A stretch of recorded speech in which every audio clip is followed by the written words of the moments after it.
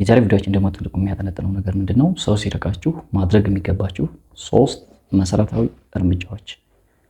እናንተ ጋር የነበረ ሰው አብሯችሁ የነበረ ሰው እስከዛሬ ድረስ በፍቅር ሊሆን ይችላል፣ በጓደኝነት ሊሆን ይችላል፣ በቤተሰብ ሊሆን ይችላል፣ በስራ ቦታ በማንኛውም አጋጣሚ ሰዎች ሲርቋችሁ ማድረግ የሚገባችሁ ነገሮች አሉ። በዚህ ቪዲዮ ላይ እናያለን። ከዛ በፊት ቻናሉን ሰብስክራይብ ያደረጋችሁ ቤተሰቡን ገባችሁ ያለ ሰው ከናንተ በተለያየ ምክንያት ይሄዳል ወይም ደግሞ ያገላል ወይም ይርቃችኋል። ስለዚህ ሰው ሲርቃችሁ ማድረግ የሚገባችሁ ነገር የመጀመሪያው ጊቭ ስፔስ ነው። ያ ማለት ክፍተት መስጠት ነው። የመጀመሪያው ፍቅርም ይሁን ክብር ወይም ደግሞ ማንኛውም ነገር በግዴታ አይሆንም ወይም ደግሞ በማሳደድ አይሆንም። ሞር ያሳደዳችሁት ነገር ከእናንተ እየራቀ የሚሄድበት ሁኔታ አለ። ስለዚህ የምትፈልጉት ነገር ሊመጣ የሚችለው እናንተ ስላሳደዳችሁት ሳይሆን እናንተ ለዛ ነገር ክፍት ሆናችሁ ስትጠብቁት መቻይታችሁ ስትጠብቁት ያ ነገር ወደ እናንተ አትራክት ያደርጋል ወይም ደግሞ ተመልሶ ወደ እናንተ ይመጣል። ስለዚህ የሄደው ሰው የእናንተን ክብርና ማንነት እንዲያውቅ ስለ እናንተ ያለውን ፐርሰናሊቲ እንዲያውቅና እናንተ ደግሞ ስለዛ ሰው ማንነቱና ፐርሰናሊቲው በደንብ አድርጋችሁ እንዲገባችሁ ወይም ደግሞ እንድትረዱት ስፔስ መስጠት ያስፈልጋል ማለት ነው። ተወት ማድረግ ያስፈልጋል። አጠገባችሁ ያለ ሰው በተለያዩ ምክንያቶች ሲርቋችሁ ወይም ደግሞ ፍቅረኛቸው ልትሆን ትችላለች። በሚርቁበት ሰዓት አብዛኞቹ ሰዎች ለምን ራቀኝ ብለው ራሳቸውን የሚያጨናንቁ ሰዎች አሉ። ለምን እንደ አይነት ነገር ተፈጠረ ብለው ችግር ውስጥ የሚገቡ ሰዎች አሉ። እንደዛ ከማድረግ ይልቅ ማድረግ የሚገባችሁ ነገር ምንድን ነው? ስፔስ መስጠት ነው። ክፍተት መስጠት ነው። ሰዎች ግን የሚሰሩት ትልቁ ስህተት ምንድን ነው? አጠገባቸው ያለ ሰው በድንገት ሲርቃቸው ራቀኝ ብለው አንደኛ ራሳቸውን ይረብሻሉ። ሁለተኛው ደግሞ ያንን ነገር ተከትለው ይሄዳሉ፣ ለማምጣት ለመመለስ ይሞክራሉ እና በእናንተ ኃይል በእናንተ ጥረት የሚመለስ ነገር አይደለም። ከዛ ይልቅ ሰውየው ላይ ስትራግል ከማድረግ ይልቅ ራሳችሁን ቆም ብላችሁ ማዳመጥ፣ ለዛ ለተፈጠረው ነገር ደግሞ ለዛ ለሰው ስፔስ መስጠት ያስፈልጋል ማለት ነው። ይሄ የመጀመሪያው ነው። ወደ ሁለተኛው እንሂድ። ራስ ላይ ማተኮር ነው ማለት ራስ ላይ ማተኮር ስንል ራሳችንን መልሰን ማግኘት። ለምሳሌ ብዙ ጊዜ አጠገባችን የሆኑ ሰዎች ሲመጡ ትኩረታችንን ሙሉ ለሙሉ ከኛ አንስተን እዛ ሰውዬ ላይ እናደርጋለን። ያ ማለት ማንነታችንን ራሳችንን በደንብ እናጠዋለን። ስለዚህ ሰው ሲርቃችሁ ማድረግ የሚገባችሁ ሁለተኛው እርምጃ ምንድን ነው? ራሳችሁ ላይ ትኩረታችሁን ማድረግ። ሄደው ላይ አይደለም፣ ጥሏችሁ ሄደው ሰው ላይ ሳይሆን ራሳችሁ ላይ ትኩረት ማድረግ። ወደ ስራ መመለስ፣ የተለያዩ መጽሐፎችን ማንበብ፣ ራስ ላይ ኢንቨስት ማድረግ። ይሄ በጣም ትልቁ ነገር ነው። ብዙ ጊዜ እኛ ሪሌሽንሽፕ ውስጥ ስንገባ ከሰዎች ጋር ያሉን ሪሌሽንሽፕ በጣም እየጠበቀ ሲሆን ትኩረታችን ሙሉ ለሙሉ ይበተንና እዛ ሰውዬ ላይ ትኩረታችን ይሄዳል ማለት ነው። ያ ማለት ትኩረታችንም እኛ ስንነጠቅ ራሳችንን እንዘነጋዋለን፣ ራሳችን ላይ ኢንቨስት አናደርግም እና የተለያዩ ችግሮች ውስጥ እንገባለን። ስለዚህ መለስ ብለን ራሳችንን አጀስት እንድናደርግ፣ ራሳችን ላይ ኢንቨስት እንድናደርግ፣ ስራችን ላይና ክህሎታችን ላይ እንድናተኩር እድል ይሰጠናል።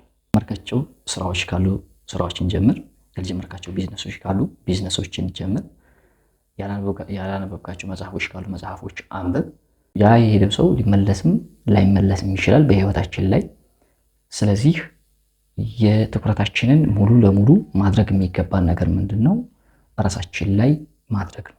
የመቆየት አቅምን መፈተን ነው ሶስተኛው።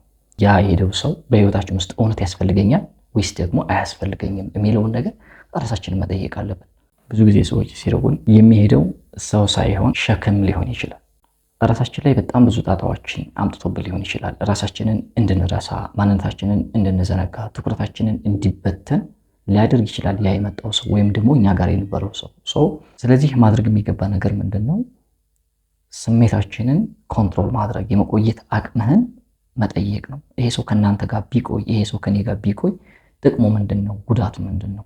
ምን ይቀርበኛል ወይስ ደግሞ ምን ችግር ያመጣብኛል የሚለውን ነገር ራሳችሁን መጠየቅ ነው። ምናልባት ያ ያስፈልገኛል ያላችሁት ነገር ለእኔ ለህይወት በጣም ነሰሰሪ ነው ያላችሁት ነገር ምናልባት አላስፈላጊ እናንተን እየጎዳችሁ የእናንተን የማሰብ አቅም እያዳከመ ሊሆን ይችላል። ከኔ ጋር ቢቀጥል ምን ጉዳት አለው? ምን ጥቅም አለው? ምን አይነት ነገሮች ሊጠቀሙ ይችላሉ?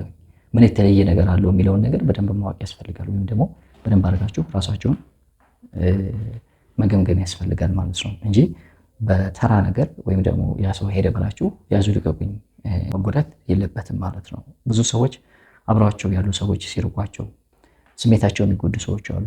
ባድ የሆነ ሙድ ውስጥ የሚገቡ ሰዎች አሉና እርግጥ ነው ለመድ ከባድ ነገር ቢሆንም ከምንፈልገው ነገር ሰው ጋር የመኖር ፍላጎታችን በጣም በጨመረ ቁጥር ያ ሰው ከኛ የመራቅ እድሉ በጣም እየከፋ ይሄዳል፣ ወይም ደግሞ እየጨመረ ይሄዳል። ስለዚህ ለሚመጣው ነገር ኃላፊነትን መውሰድ። አንድ ሰው መጣ ቀረ ምናልባች ሊረብሽን ይችላል፣ ሊያስቸግረን ይችላል። ግን ያንን ነገር ሃንድል ማድረግ መቻል፣ መቋቋም፣ ፕሬሸሩን መቋቋም መቻል።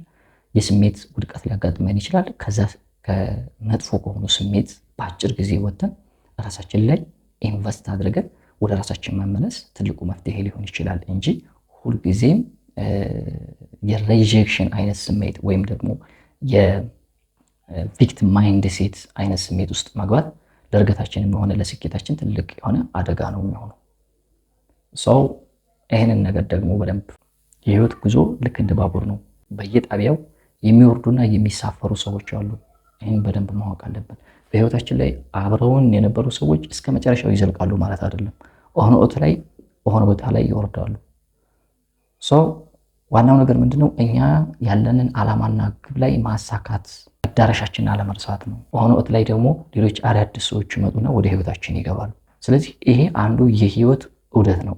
ይሄን ነገር ደግሞ አምኖ መቀበል ያስፈልጋል ማለት ነው። ሰው ሲርቅህ ማንነትህ አይቀንስም፣ አንተ ቫልዩ አይወርድም። አንዳንድ ጊዜ ብዙዎቻችን የምንጎዳበት ነገር ይሄ ነው። ሰው ሲርቀን ዋጋችን የሚቀንስ ነው ይመስላል። ሰው ስለቀረበህም ዋጋ አይጨምርም፣ ሰው ስለራቀህም ደግሞ ዋጋ አይቀንስም።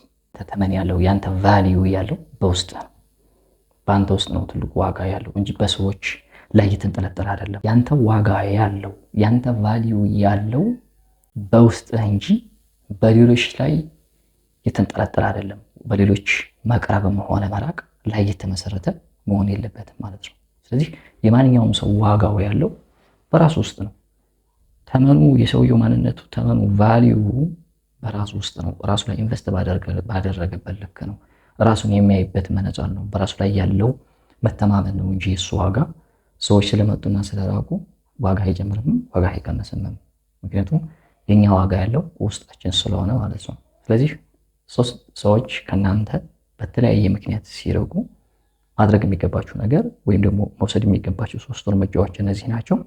ቪዲዮ ጠቃሚ ነው ብላችሁ ካሰባችሁ ይሄን ቻናል አሁንም ሰብስክራይብ አድርጉ።